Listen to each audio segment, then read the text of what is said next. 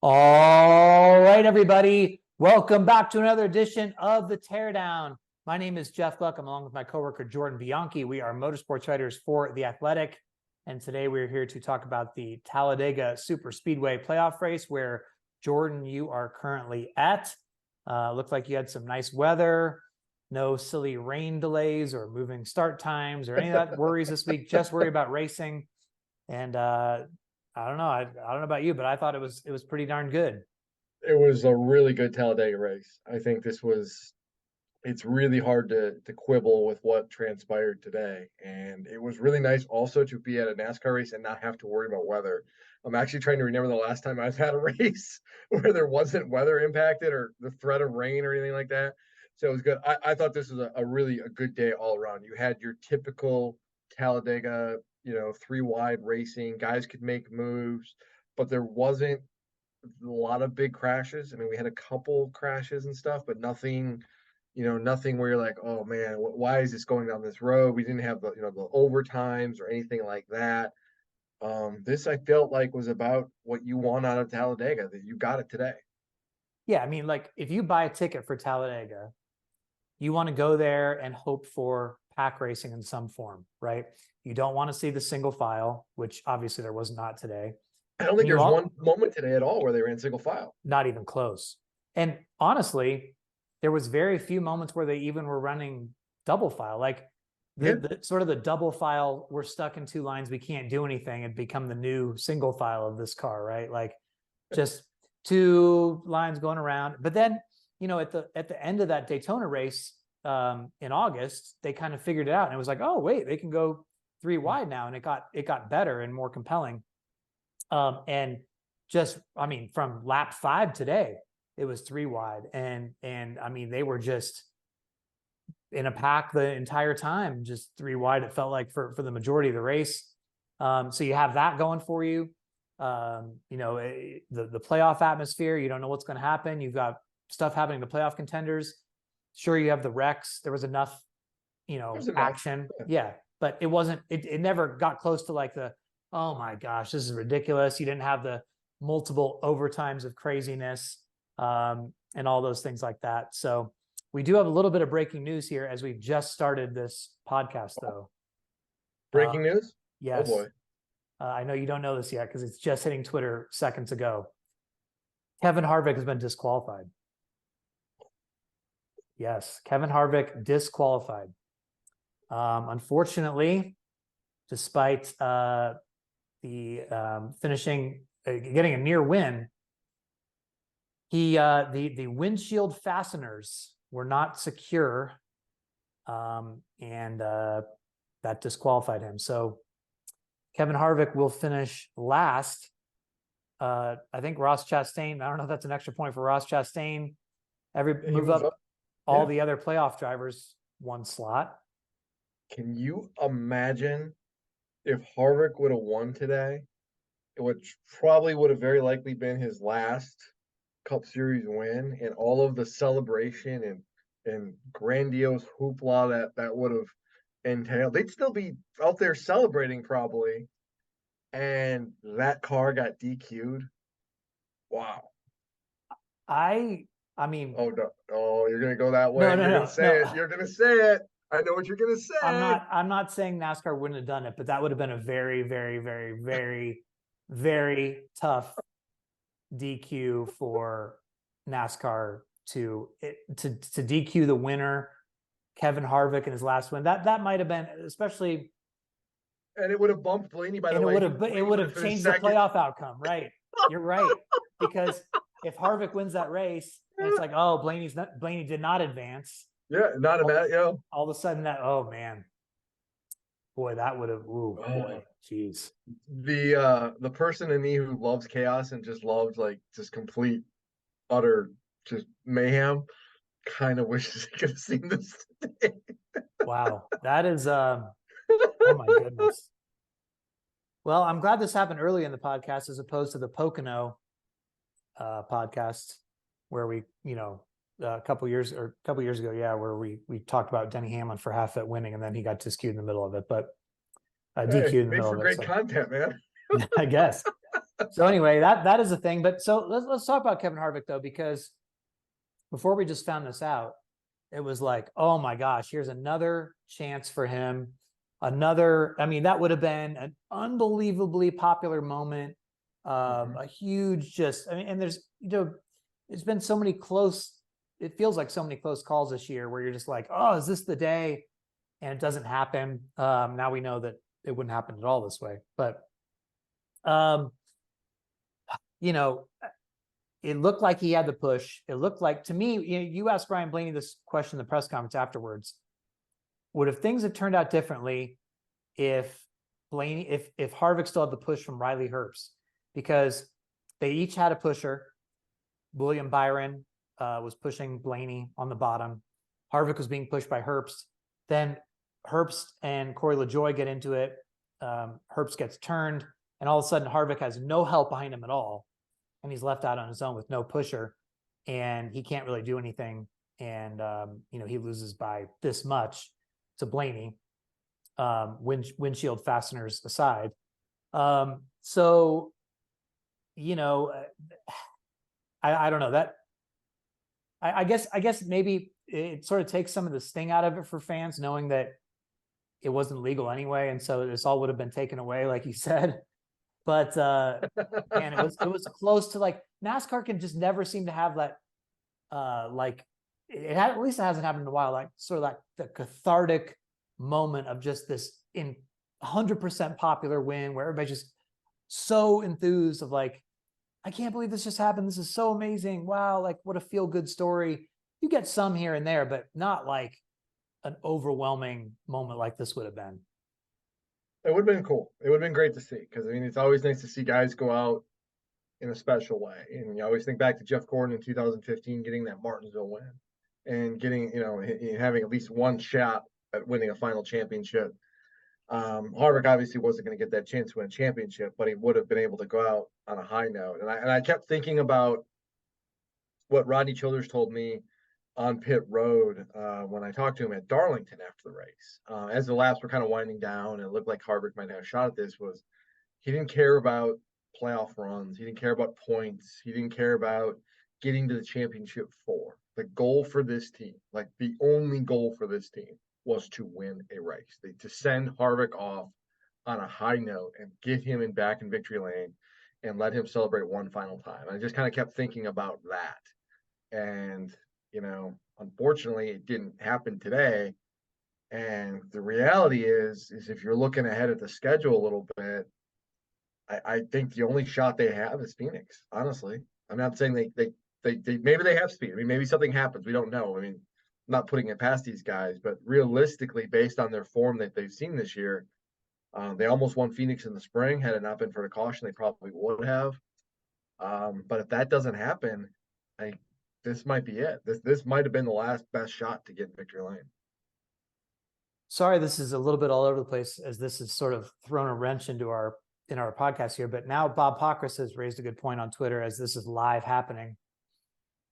When a driver is DQ'd, he says the stage results are also going to change. Yep. So we're going to be talking about the points on this podcast of who's above the cut line, things like that. It may be adjusted by a couple here and there. So these numbers that we're going to throw out about the playoff drivers, they may need to be changed or not exactly accurate, as Harvick will be moved down from whatever playoff points or stage points he got. And I can't exactly recall where he was in the stages. He only earned 3 stage points today. 1, 2, 3, and that was in stage 1. Stage 2, he did not finish anywhere in the top 10. Stage 1, though, he finished 10, 9. He finished 8th in stage 1. Okay, so somebody who was 11th, whoever was 11th in stage 1 would get bumped up. And then the other people there would get bumped up 1 as well. Yeah. So right behind Harvick in stage 1 are Joey Logano and Ryan Preece, finishing 9th and 10th. So obviously no impact there. Let me look really quick and see who finished 11th. How would you know who finished 11th in stage 1? You have that? I mean, I can, I'm resourceful. I'm resourceful. I don't think you can come up with that. Oh my God. That's what I'm going to say. Why do you always doubt me? That seems like a stat that nobody would have. How would you even have that? Why do you just doubt me? I mean, I would never write down, oh, and here's the guy who finished 11th in case somebody gets disqualified. And I mean, I good for you if you have it, but I don't have it certainly. So anyway, we'll see. We'll pending what? Oh, I thought you Oh, no, had. keep going. I keep going. Okay. I'm looking here. Anyway, all right. Let's try to get back on track here from this unexpected news. By the way, boy, geez, SHR, man. Even when they have like something positive happen, it's just like, oh yeah, by the way, they were doing a little something to the car there. So you know, and I mean, it didn't really affect things, I guess. You don't really know, but does that mean it was just the 4 car? Or like, Priest finished 9th? He's not going to get inspected, obviously. Yeah. Like I don't know. Did the other cars have this thing? Was this just one? Who knows? Who knows? Anyway, unfortunate. Anyway, this is really throwing me off. But yeah, I was going to say, I guess going back to the original point, Talladega was great, and now we know that Ryan Blaney is continuing to establish himself as a great there, because he has won for the 3rd time. 1/3 of his career victories have come at Talladega now, all in close races. This is his 2nd multi-win season, and he's through to the round of 8. Now, here's the thing about Blaney, and this is something that I kind of scoffed at, like when Dale Jr. would say this on his podcast, like, hey, I think Ryan Blaney could still be like a championship type guy or Final Four type guy this year. And if he gets to Phoenix, watch out. And I'm like, they're just not running well enough. Look at their top 5s. They only had 4 top 5s coming into today. Now they have 5 top 5s and 2 of them are wins. But it's like, hold on a second here. This round, remember, we talked about this. This round is perfect for Blaney because he wants to be able to take advantage of not, being able to, he needed a win like this, right? Or the Roval. And so now he's through. Okay, well, the first 2 races of the next round are at 1.5-mile tracks where he won the Coca-Cola 600. So it's not like they don't have speed at all in an intermediate. He did go out and do that, so it's possible. And then Martinsville, he's led a lot of laps there and has come very, very close to winning there. Yes, 9 straight finishes. I looked up of 11th or better at Martinsville, 9 straight. And then, okay, so let's say he did make it out, or he was able to win one of these races, which he might have to do, because I'm not sure, sort of with his lack of playoff points, that he can outpoint those guys ahead of him. But let's just say he's able to win somewhere, get to the Final Four. Like if you're another, like a Denny Hamlin or William Byron or whatever, I don't think you want Blaney at Phoenix. I don't think you want him in the mix, because he's finished 2nd in the last 2 Phoenix races. You remember last year, could he have passed Joey Logano? He was maybe told to stay behind, and, he played the good teammate there. Yeah. So I'm just saying, I mean, I don't think you want to put Blaney in the mix at Phoenix with the championship on the line. You could have sort of 2 straight out of nowhere Team Penske champions with different guys. So this is a threat that the field needs to consider. Sorry. Things are moving on my scoring monitor as we speak. Speaking of distractions, I think they're adding stage points and things like that to people. So I'll let you know if I can figure out what changed, but things are popping all around. Yeah. I mean, listen, I feel like I've picked Ryan Blaney to make the championship 4. I know I have picked them to make the championship 4 on multiple occasions. And it's always, you look at the schedule, you look at the tracks where he's good at. It seems like the playoffs set up really, really well for this team. And there's always been a stumbling block. And you go back a week ago at Texas, they didn't have a lot of speed in the race car at Texas, but they did a really good job of managing that race and put themselves in the position to run in the top 10. And then he took themselves out of contention with that late pit road speeding penalty, and they could never get that back. And if he has the ability, this team has the ability. The key thing for them, though, is avoiding mistakes. And that's what they have to do. And if they can go and run top 5 at Homestead in Vegas, 2 tracks where they should be opportunity tracks, there's no reason you can't go to Martinsville and run well there and close it out. You don't even need to win necessarily. have to finish well. And that's a big ask, obviously, and it's easier said than done. But this team is capable of it. But for years, though, they have not been able to get over that hump. And it's the clock feels like it's ticking to some degree of like, when are you going to do it? When are you going to do it? Last year, everything set up perfectly for them.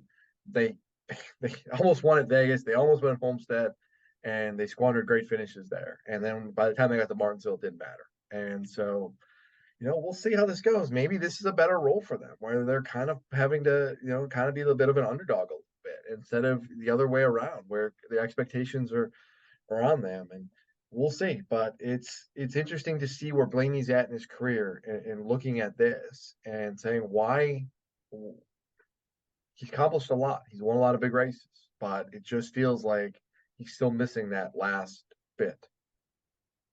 Well, it would certainly be sort of feel like an out of nowhere run, but it's very possible. Again, Logano's laid the blueprint. Go win Vegas, and they'll get extra sim time, as Byron has been doing. Vegas is going to be a pretty big race a couple weeks here to see if somebody can get through. But in the meantime, the Roval's ahead, and let's look at the points. So again, this could change a little bit, but as of now, it looks like Denny Hamlin is 50 to the good. He was trapped a lap down, another speeding penalty for him, and didn't look good for a while there. And I was having flashbacks to some of these Talladega races where, gosh, there was that one Talladega race years ago where Denny was like, I'm going to play it safe. And then I think he lost the draft or something. Didn't that happen? And he had it sort of was a big setback for him. 2016, he ran in the back for most of that. There's a couple of them. Like 2016, he ran in the back, and he finished like 30. He had like scramble late at the end, and I think he beat Austin Dillon on a tiebreaker is what it ended up coming down to. So ultimately, he gets back on the lead lap and drives all the way back up to fourth to completely salvage his day. So now he's pretty much guaranteed to make it through at the Roval, and it just feels like things keep going his way. As good as things seem to go for him, it's sort of like the opposite for Truex, right? It's like the tale of two teams, but although Truex is still okay, we'll get to that in a minute. Christopher Bell's the next one in points, although quite a significant gap down from Hamlin. As of now, it looks like Bell is 20. He's 22 points to the good, according to this. So how do you feel about, Bell gets a piece of that wreck early with Chastain, and it looks like, oh, geez, this could be bad for him. But now going to the Roval, he obviously win there, but he could certainly run well there. If I was Christopher Bell, I'd be like, great. 20-something points going to the Roval. I feel pretty good about that. I think he's in a good spot, and this is a team that you don't feel like they're clicking to the level that they could be at. But like his teammate Martin Truex Jr., despite the setbacks, despite all of the issues, they're still in a good points position going into a racetrack where they won it a year ago and they should be competitive at. You have to feel really, really good if you're Christopher Bell right here. And this is a team that I actually think benefits because of the stage breaks next week, because now they know, like, hey, we don't need to chase. You can set up your strategy in advance, right? And say, hey, we're going to go for the win. We're going to go for points. We don't need to go for the win. Yeah, it'd be great to win, and maybe we have a car to do that, but we're going to go for the points. And that's what matters for us today. And because of the stage breaks and everything, that you can kind of position yourself to do that. Yeah, remember we talked about this a couple of times, but William Byron had pointed out a couple of weeks ago that he feels like it's going to be impossible for somebody to go, now with the stage breaks coming back at the road courses, it's going to be impossible for somebody to go and get the stage points and race for the win. So even Tyler Reddick was saying on NBC after the race, like, hey, we feel like we're in a position where we're going to go for stage points, and then we'll just race it out and see what we can do. But, if we can go win both stages and get 20 stage points, we're probably going to be okay, because Reddick is down by 2 right now to the cut line. So we'll see. And I'm sure Reddick's not the only one that wants to do that, because Bell that's a perfect strategy for Bell, like you said. Mm-hmm. So now it gets a little bit further down. Chris Buescher, who, you know, he seemed to have a really disappointing day because they had a way faster car than to finish 20th with that. Or But RFK in general. I mean, yeah, I'd throw Keselowski in there too. Sorry. well, no, I mean, Keselowski, you know, let's talk about the Keselowski incident, I guess, because what do you make of that there? Can I Okay. throw up? By the way, Corey LaJoie finished stage 11th in stage 1 How did you know that? because I looked it up. How did you look it up? I looked at the replay of the crash at end of stage 1.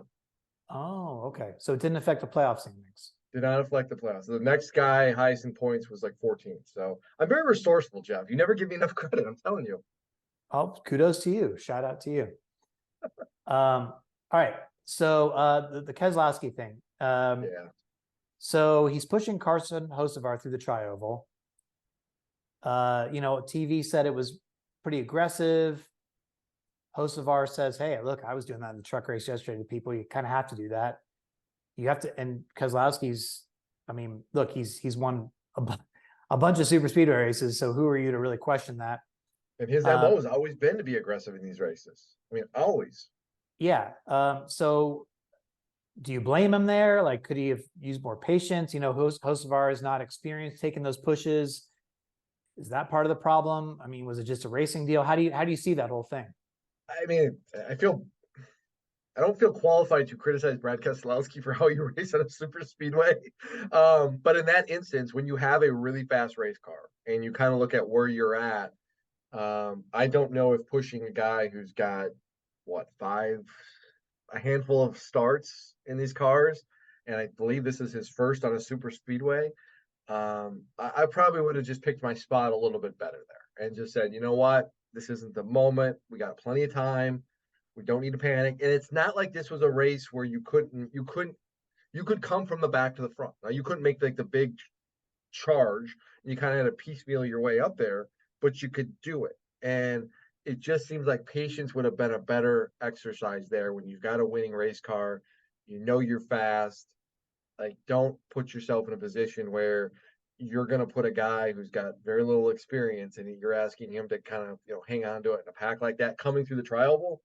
That's a big ask, man. I'm pretty torn on this one. I'll be honest. I got a text from a hardcore Keselowski fan right after that happened, saying, you know, pretty much he was saying he could see that happening. He was like, no, don't push to 42. Like, he doesn't have enough experience. It's going to not end well. But at the same time, like, I mean, you could say, well, Keselowski's aggressive, but like it's worked for him in the past. Yeah, he's wrecked. Sure, I mean, certainly he's wrecked cars, he's wrecked the field, but many of them have being up front in that situation. And the fact is, he has a track record of success. It's the playoffs. It's starting to get late in the race. Yeah, there was going to be one more pit stop, but I don't know. I'm kind of having a hard time being like, oh, that was a bad move, or that. I mean, it's hard to I find it really hard to criticize somebody in that situation, because he is so good in these races, and he is good because he is aggressive. Like, that's part of it. So to ask him to scale back is taking something away that is frankly the difference maker for him. I did see a tweet from one of my Twitter followers, David Deering, and I don't have it in front of me, but basically he's said, so how come like the media doesn't say anything about Keselowski causing these incidents, but if it was Chastain doing that, people would be all over him with a microscope. Why does he get a free pass? To me, my answer was just sort of like, I didn't answer it, but I'm answering now. To me, my view would be, well, Keselowski has the track record of success. He's won so many times. He's won so many Talladega races. You know, it's easier to be like, well, I mean, he's going for, he knows what he's doing. It works. Yeah. And so I think when you see somebody like that is sort of a super speedway master, I mean, it's not like he wanted to wreck. Yeah. You know? And I will say there was time in Keselowski's career when in 2014 in Talladega in the spring race, he caused a big pileup in turn 1 because he was over aggressive. And I'll never forget, Matt Kenseth was in the garage because he was collected in that, and he was pissed off, because Brad was like multiple laps down or something at that time too, and came back. So I mean, there has been criticism at times of Brad, but I don't, I don't feel like he causes all these wrecks. I think there's a misperception that he causes a lot of wrecks. Like, he's been caught in a lot of wrecks, but I don't necessarily feel like a lot of them are his fault. So he's +2 on the cut line. It's pretty good to come to Talladega and get wrecked and leave above the cut line when you didn't have a lot of playoff points. But that is sort of, except for Kyle Busch, who he was in decent position pushing Ricky Stenhouse Jr. Stenhouse runs out of fuel, and Busch kind of hits the wall. And then it seemed like later in the race, his repairs were coming loose or something like that. Ultimately, he ends up finishing 26. He's finishing on the lead lap, but a lot of the other playoff drivers were a lot higher, and he was already in a bad position after Texas. So he's the one guy now where he's really far down, -26, I think. So I would think he's in my, I get that he could probably get some points back with the stages, but A lot's got to I happen. would think he's got to go win that race. I would almost forget stage points if I were them and just go straight up for the win and let the other playoff drivers try to get stage points and just say, hey, we have to go win. And especially because everybody's kind of condensed. Like the four guys that are outside of the cutoff right now, the other three are in relatively they're in a position to strike points wise. Like it's 9 points. And you're gonna have to hop those guys as well. So I do think you're right when you say you're gonna have to do the opposite. If everybody else is gonna go conservative and play for the stage points game, you have to be aggressive and go for the win. You have to take track position when you can get it. You've got to fight to hold it. Don't worry about trying to get 10 points for the stage one, 10 points for stage two, and then try to climb out of this. Just go for the win, because not only are you gonna have to get stage points, you're gonna have to hop 4 other guys as well. That's not easy to do. That's the challenge there. Maybe if something happens early in stage one where some of the playoff guys have issues, you can adjust on the fly. But I think going in there with the attitude, we just got to win. We don't got to worry about track position or anything like that. We are always going to go with the strategy call that's going to put us in the best position to get a win and forget points. And I do just want to double back because we jumped into Keselowski real quick, but when we started talking about Buescher, he is +19. So, and again, great road course racer. So I feel pretty good about Buescher being able to advance if they just have a clean day. Obviously, look, we can't predict the crazy things that happen in these races, but if things are going to play out straight in any sort of straightforward manner, you would think Buescher could get his way through, being +19 going to the Roval. I'm sure that they feel okay about that despite not having a great day. So the next one, again, we touched on this a little bit. Martin Truex Jr. He is +17. But I mean, gosh, for a guy that's gone, 6 straight races now with no top 15 finishes, no top 15s in the playoffs, as you, a couple others noted today on Twitter, it would have been pretty shocking before the playoffs if you said the first lap led by the regular season champion Martin Truex Jr. in the playoffs will be at Talladega. All places. Yeah. So still though, I mean, despite all that, it just shows you again that playoff points matter because he's +17 going to the Roval, a great road course racer. And I mean, you would hate to say, well, they should be able to take care of business based on how their playoffs have gone, but also they should be able based on their playoffs have gone. You also think the wheels could fall off like on the pace lap, and he's like stranded like a beach whale. Like, I mean, his car won't fire. Yeah, his car won't. It implodes. It's gonna do like a Derek Cope, and it's just gonna grenade. Boom. Like, I mean, it's remarkable like how this team is done. Like today they ran well. They did good. I mean, they just super speedway racing and things got shuffled there. And the Toyotas really didn't do a great job today of kind of getting hooked up and working together, maybe to the level that they wanted to. It felt like. And they didn't have the numbers too, which is the big thing. And that was the big emphasis after the race was we just, we got 6 cars out here, and it's really hard when you're going against Ford and Chevrolet and there's so many to pick from. It's just, you would think he'd be fine at the Roval. But the other thing is too, is you got to be mindful of, who's behind you. If you get a surprise winner, those kind of things. And this team has still not had a top 10 finish in the playoffs. And we're Not five even a top races, 15. not even top 15. We're 5 races in this thing. And it's like on some of his absolute best tracks. Like you throw out Talladega and Bristol, and that's fine. But Darlington, Kansas, and Texas are 3 of his absolute better tracks.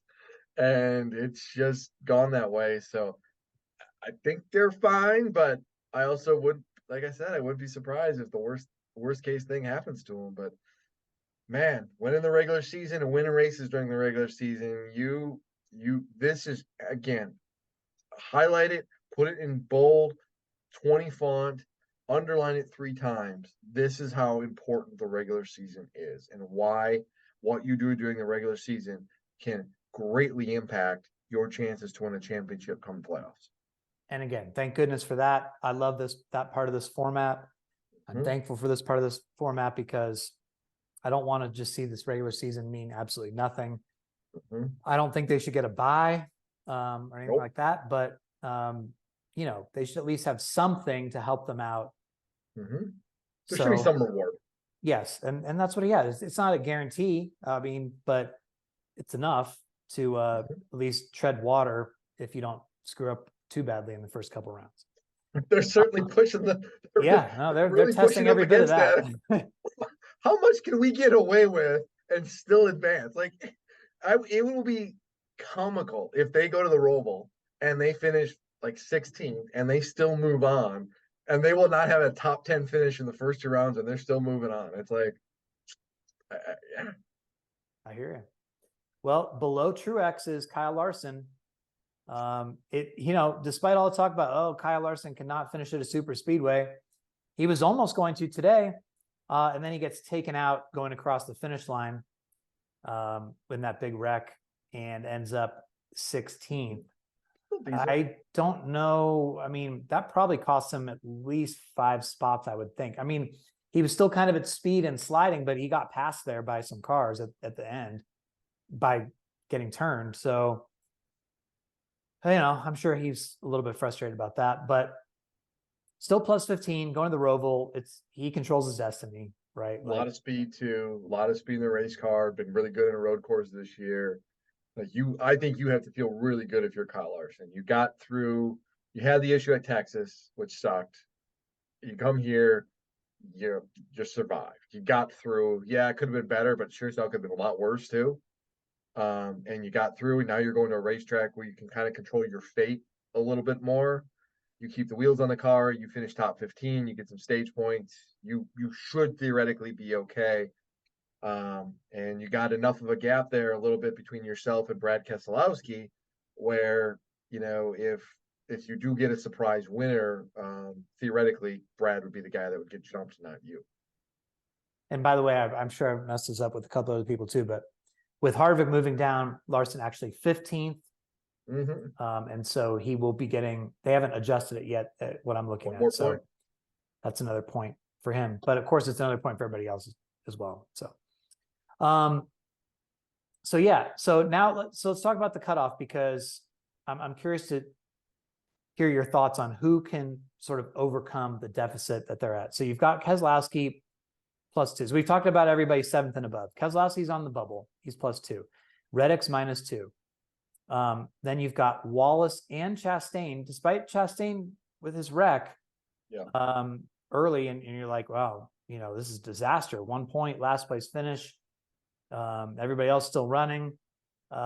He's now they changed it. I don't know. Anyway, he's either 9 or 10 back, depending on what version of this you're looking at. So who of those 3, Reddick, Wallace, Chastain, who do you see of them getting back in, and who remains below and is eliminated? Reddick was extremely confident on pit road after the race that he was going to move on and about his chances at Roval. And I think he's right. I think if you look at it, we know Bubba Wallace, road courses are still not the best part of his game. He's done a good job of managing it this year, Watkins Glen and Indy specifically. But Reddick is a better road course racer, period. And he has an opportunity to go there, and he could sweep both stages easily. he could win that race easily. I mean, he's one of those guys like on the short list of favorites. He's one of the top 5 favorites to win there. So I like him a lot. Chastain's been good on road courses before, but that team is just so. But of those 3 guys, like Reddick has to be the choice. I don't think there's anyone else you could make even a case for against Reddick. Reddick is so good on road courses and so attuned, and that team is good. It's hard not to think that they're going to find a way, whether winning that race or getting in on points. So here's the dilemma, right? Because who are we comparing against? Are we thinking that? And he's better than Brad too, really quick. I want to point that out too. He's better on road courses than Brad Keselowski. It's only 2 points. That has to be stated as well. Well, yeah, and that's exactly what I'm getting at, right? Because it's like, are you saying that one of these people is going to pass Keselowski? So you're like, okay, Reddick, Keselowski head to head. Well, sure, I'd take Reddick. Chastain, Keselowski head to head with 10 points. I think I could make a case for Chastain. I'm not confident about Bubba, beating Keselowski by 9 points or whatever it is that he's behind. But I guess it just depends then, if does a Buescher have problems? Does a Truex or a Larson have problems?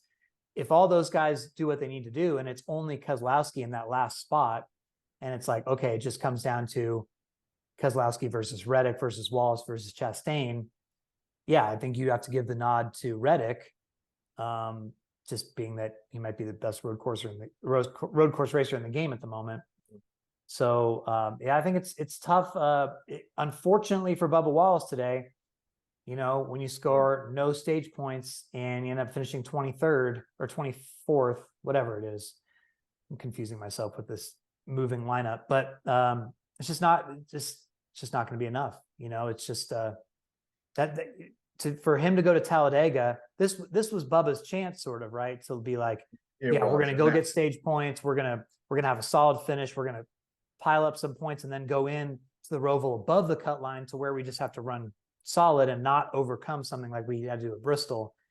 Now I don't like the situation for him at all. No, and that was what the team and he was kind of lamenting after the race this was an opportunity to, what you said, like we can win stages here. We can get a bunch of stage points. We can win a race. You don't even have to win the race. You finish well in the stages and you finish 3rd in the race overall. You're leaving here feeling really good about yourself going into a track where you don't know what to expect. They didn't do that today. And they were they just didn't feel like they were clicking, the way kind of things shook out. They weren't attacking, they were more on defense. They didn't have track position. They got in the back, and it didn't really play out like a typical super speedway race for Bubba, where he is really, really good at running up front throughout, putting himself in position, controlling the draft, and kind of managing the race and being there at the end. And that just wasn't the case. Riley Herbst, great run for him. I didn't think that, when he was up there, he qualifies well, you're like, okay, well, that's nice, but he's going to get shuffled back or something's going to happen. I mean, he did everything right up until the very end there. And I don't even know if that was his fault, or that was Corey LaJoie's fault, but, I was very, very impressed with him. He ends up giving Blaney, sort of the winning push. Blaney made that great move on the backstretch. Oh my goodness, that doesn't get talked enough, but enough. Real quick, before we go real quick, Brad Keselowski, 5 road courses this year, finishes a 35th, 16th, 20th, 15th, and 24th. That's not going to get it done at the Roval, I don't think. Wow. Yeah, that's right. I mean, at least you got a really good road course racing teammate that can give you the same setup and hopefully, run with. Now, can we talk about that move though? Yeah, that was incredible. He even said that his spotter didn't clear him yet. No, he just saw it. And, that was the air when I don't really think I saw that at the time, but when I went back and saw it on the replay, it was like, oh wow, what a move. Oh, I saw it in real time and I was like, whoa, because and he kind of got a little wiggly there too. And you're like, oh, and he went and I asked him about it after the race. And it's like, that was my shot. That was the shot. Like if I was going to win this race, that was my only opportunity to get in the lead. He didn't really think he could go on the outside of Harvick going into 3 and the way things were going to be squeezed. and he makes that move. Like he saw the hole, he went, and he already had like basically done the move by the time. It happened so instantaneous. His spotter wasn't even able to clear him until after the fact. And it was like, it's crazy. And then what I think, which is kind of an addition to this, and I didn't think about it in the moment, he explained it to me. He explained it afterwards, which was he makes that move to get to the inside and gets in front of Byron. And he's got momentum then, but he smartly kind of slows down a little bit, kind of drags the brake to keep Byron back where Byron's kind of stuck next to Harvick. Because if they would have kept going, Byron would have likely have cleared Harvick, who was on his outside, and then that opens up Byron to be on the attack, where he could either maybe gone high or low on Blaney and passed him. I thought that was a really smart move, especially in the moment, because all of this is unfolding so quick from off of turn 2 into turn 3. And to make that move, which takes a lot of stones, and because if that goes wrong in the worst way.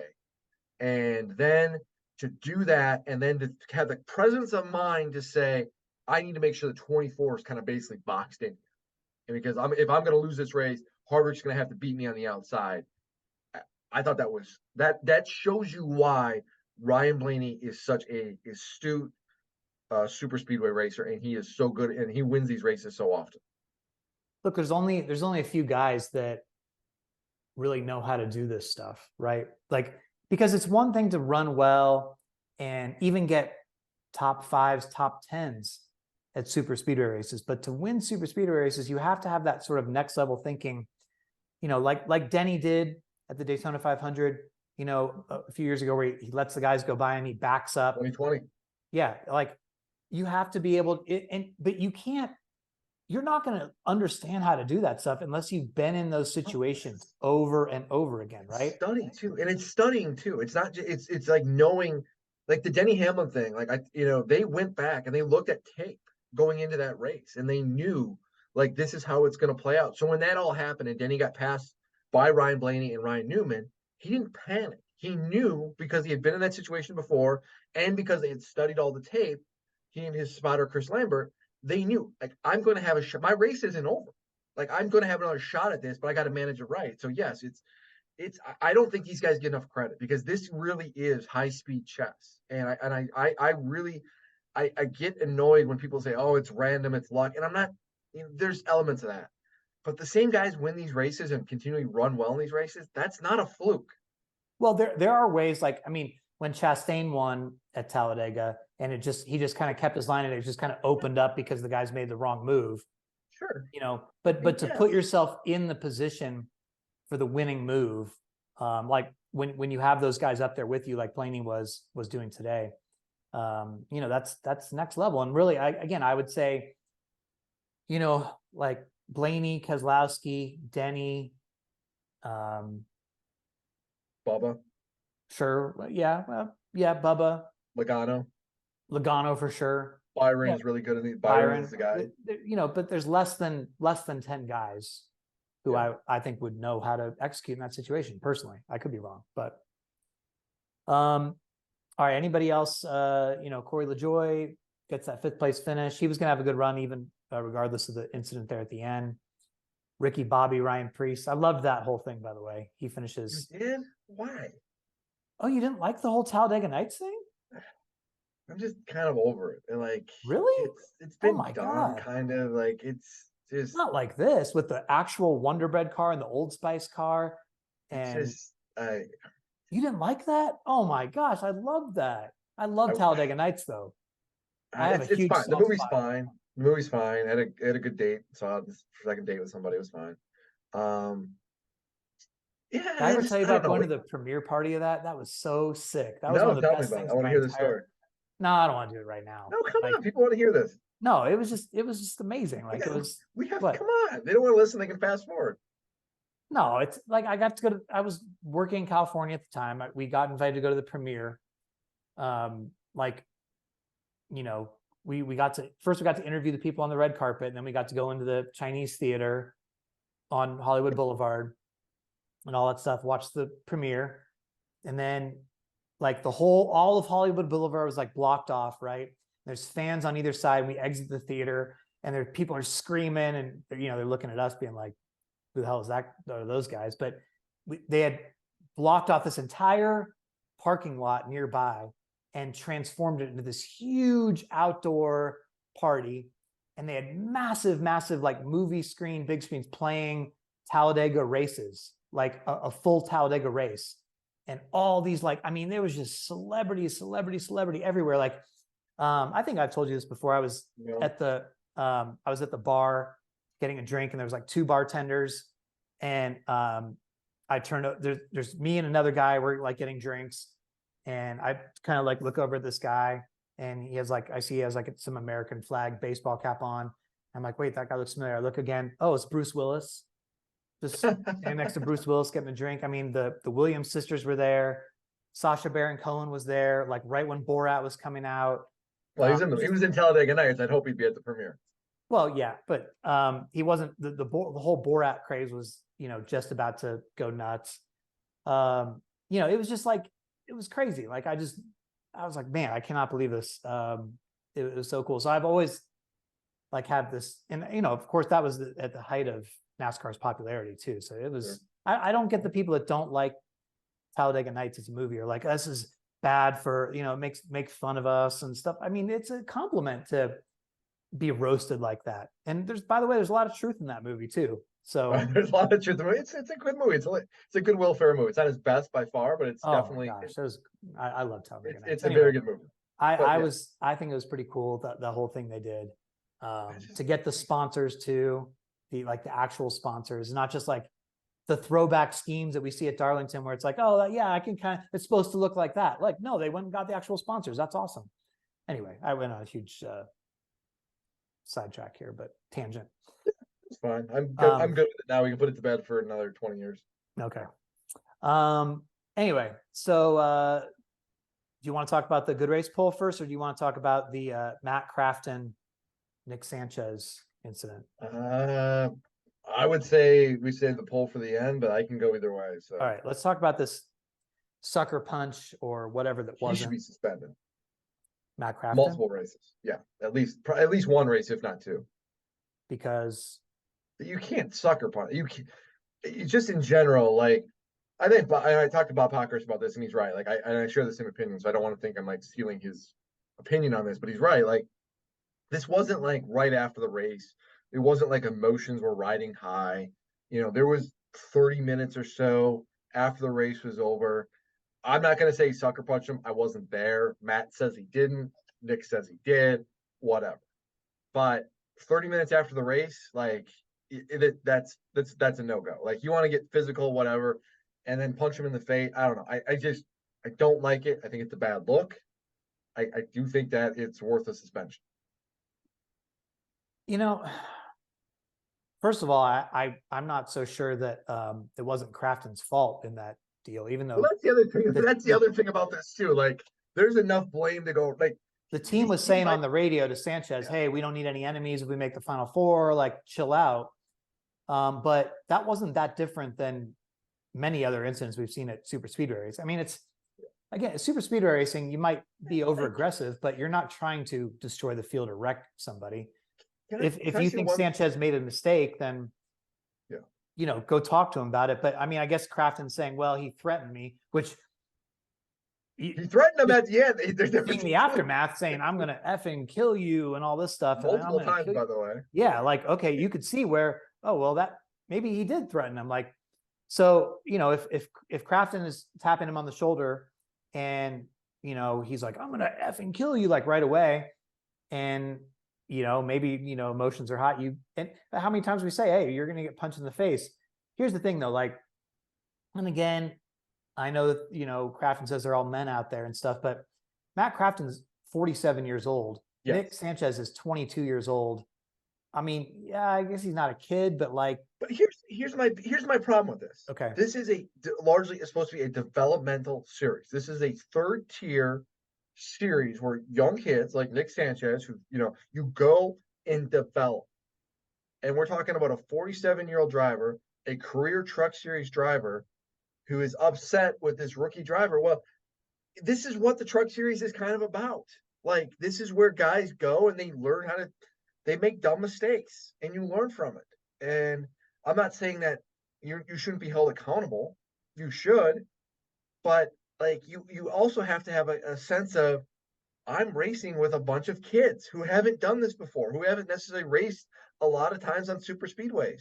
And if I'm going to race in this series with a bunch of inexperienced drivers who maybe don't have the lot, who are still figuring this out, I'm probably going to get caught up in some things sometimes because that's just a byproduct of it.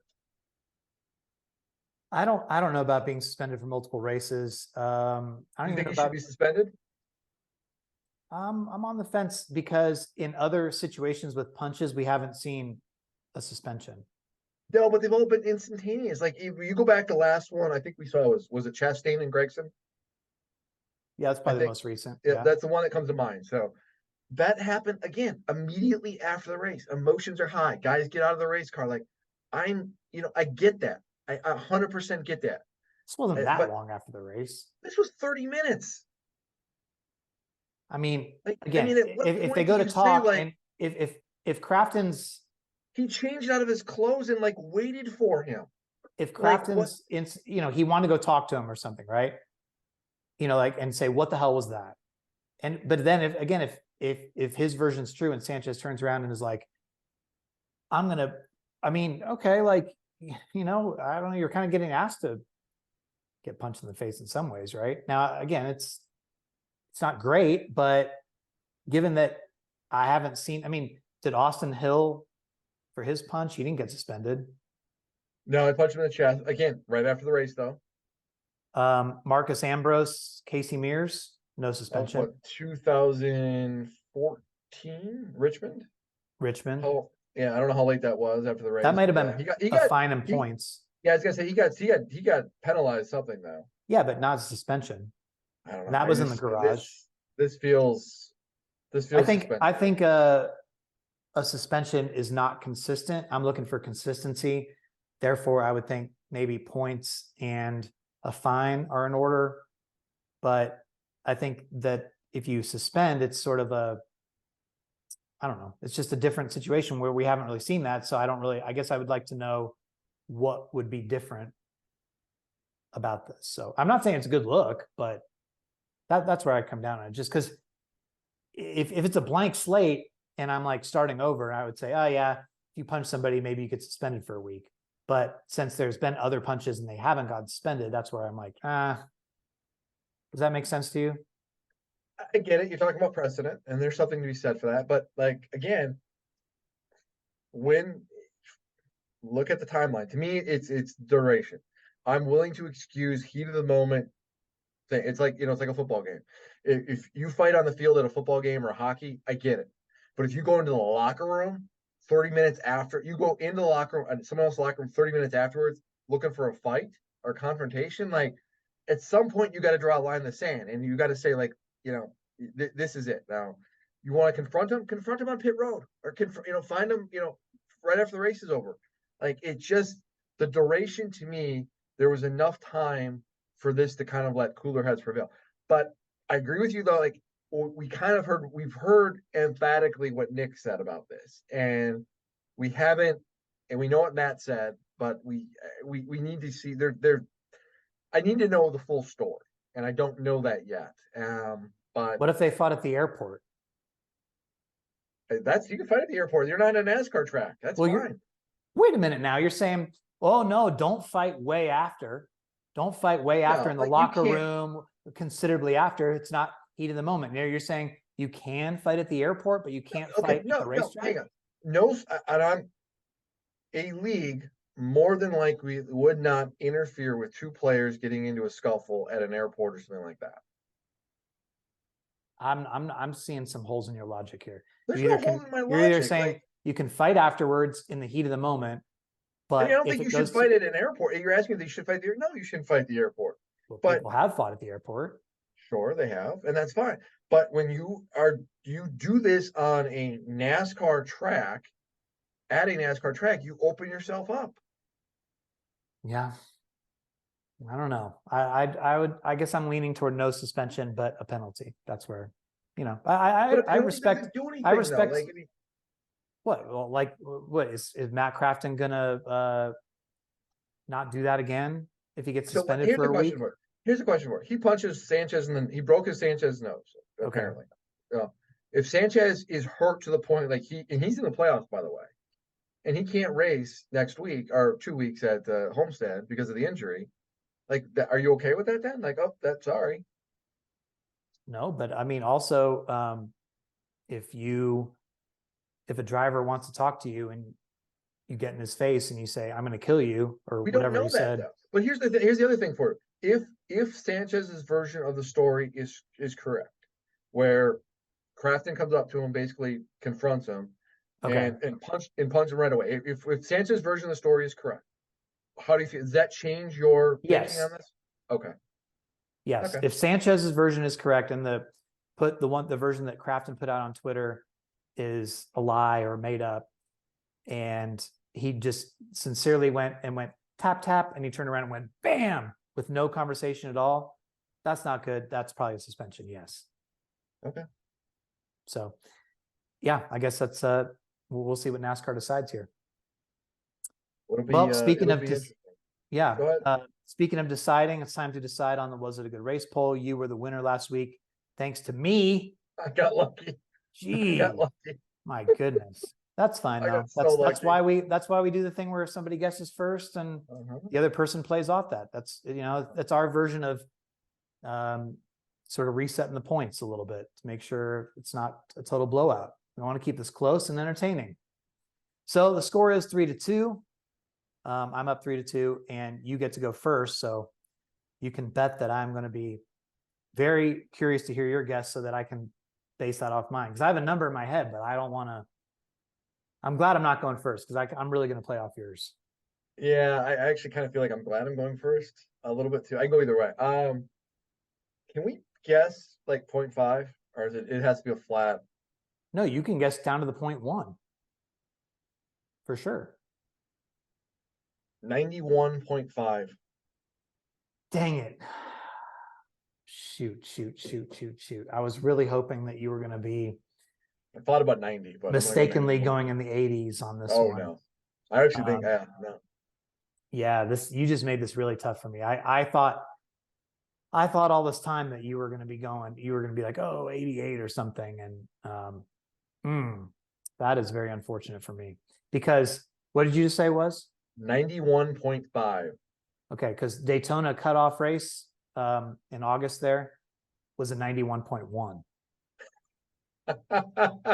And I think this race was better than that race. Uh-huh.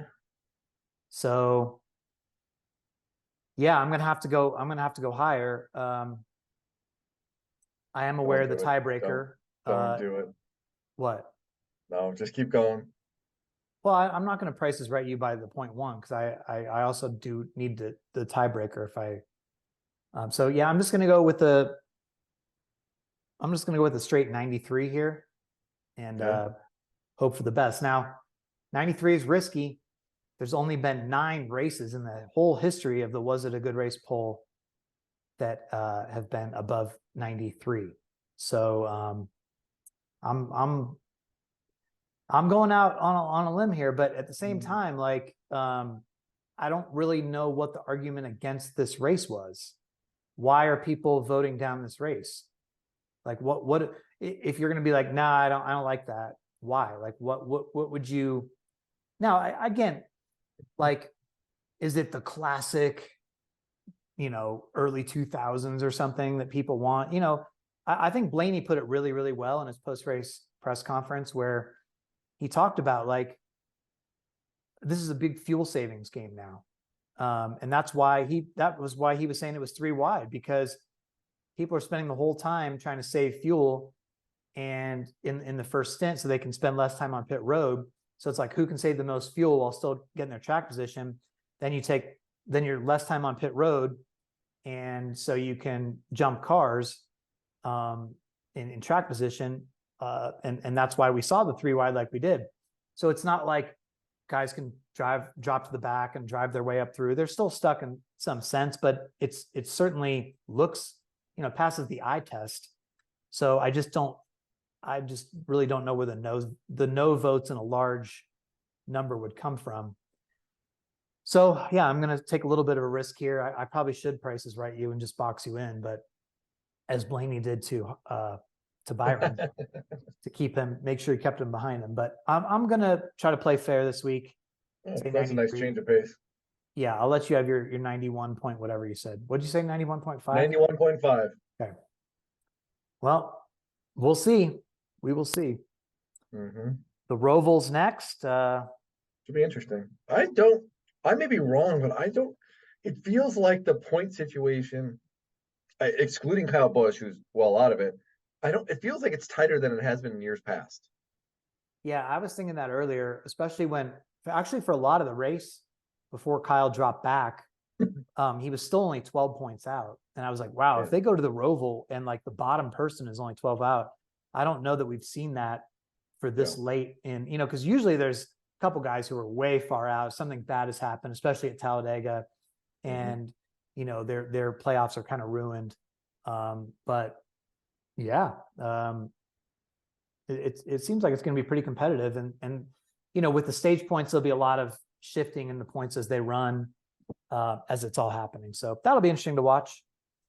But I'm almost like more excited for Las Vegas in a way already, because I just think, as we saw with the Logano thing last year, winning that race is so important for, obviously it locks you to the Final Four, but just knowing that you can just prepare for that championship for 2 weeks is such an advantage. I'm so curious to see who's going to show up there. So, the Roval's the Roval. I would rather be on the Charlotte Oval, as we know, but we'll see how this goes. A lot of people would. Yeah, well, not enough apparently. Well, I mean, honestly, the person that matters, I don't know if they want it or not. That's at the end of the day. Yeah. Speaking of that, schedule this week, Jeff. Hopefully. Yeah, maybe we'll have to do an emergency podcast. I was thinking we should do maybe a subscriber only emergency podcast or something when the schedule comes out, if you want to give our takes or something for around. So. That I feel like this may be an off-air conversation, to be honest with you a little bit. Thanks, really quick. Yes, I mean, we could if you want to. I'm fine. I always enjoy doing podcasts with you. I think there's going to be a lot to talk about with the schedule. I don't think. I think yeah.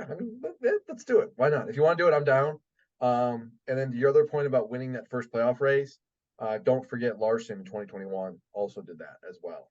Won that first race in round of 3, and it allowed them to kind of look ahead a little bit and kind of put their attention on Phoenix. So you're right. Like, it is so important to get that win if you can do that and lock yourself in. All right. Well, of course, everybody, we appreciate you for listening. This should be back up on YouTube. We should have a normal. We've had a couple glitches recently, but this one worked. Well, that, and we had a guest at Bristol. That was great.